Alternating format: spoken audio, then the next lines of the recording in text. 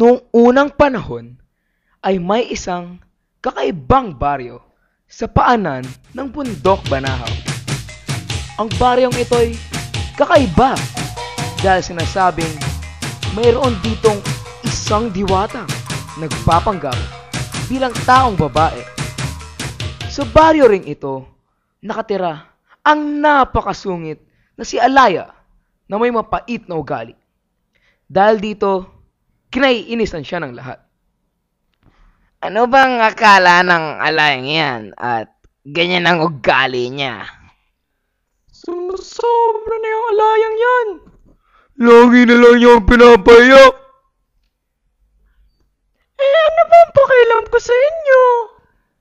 Yan ang laging mapait na sagot ni Alaya. Isang araw, napuno na ng sobrang mga taga-baryo at nagpa siyang magpulong. Dapat mawala na sa baryo ito, yung alayang yan. Tama, mas magiging maayos ang baryo kapag wala na siya. Kaya lang, paano natin magagawa yun? Alam ko na! Takutin natin siya! Habulin natin lahat! Si Alaya palabas ng baryo!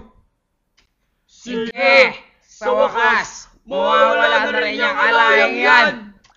At dumating ang araw ng kanilang pagsasagawa ng plano. Hinabol nila si Alaya papalabas ng baryo.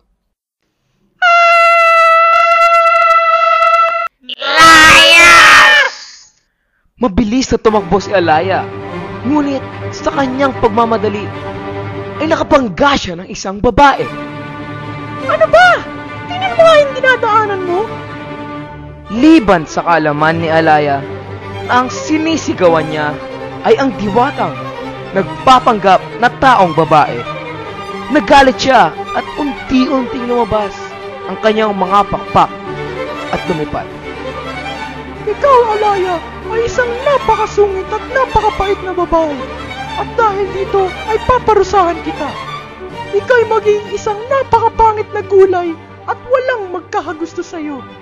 Ang iyong balat ay mangungulubot dahil ika'y laging nakasimangot at hindi ka magkakaroon ng lasa sapagkat napakapait ng iyong kaugalian. At si Alaya ay unti-unting naging gulay. Gaya ng sabi ng diwata, ito'y puno ng kulubot at napakapait ng lasa nito. Napakapangit ng gulay na ito at wala ngang nagkakagusto rito.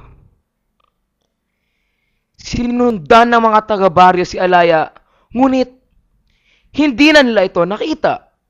Ang nakita na lamang nila ay ang napakapangit na gulay. Ano yan? Ngayon ko lang nakita yan ah. Mukhang gulay. Matikman ko nga. Ang bait!